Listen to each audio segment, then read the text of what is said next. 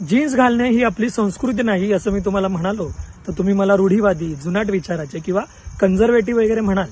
पण जीन्सचा इतिहास पाहिला तर जिनोवा शहरात झालेलं हे कापड खरं तर तेथील खाणकामगार, गायी सांभाळणारे किंवा रेल्वेवर काम करणाऱ्या कामगारांसाठी बनवलं होतं. त्यांनी काम करताना घाण लागू नये म्हणून त्याचा रंग निळा ठेवला होता. एक जीन्स बनवण्यासाठी साधारण 5,000 लिटर पाणी लागतं आणि ते धुताना आपल्या आईचा जीव नेहमीच जात असतो.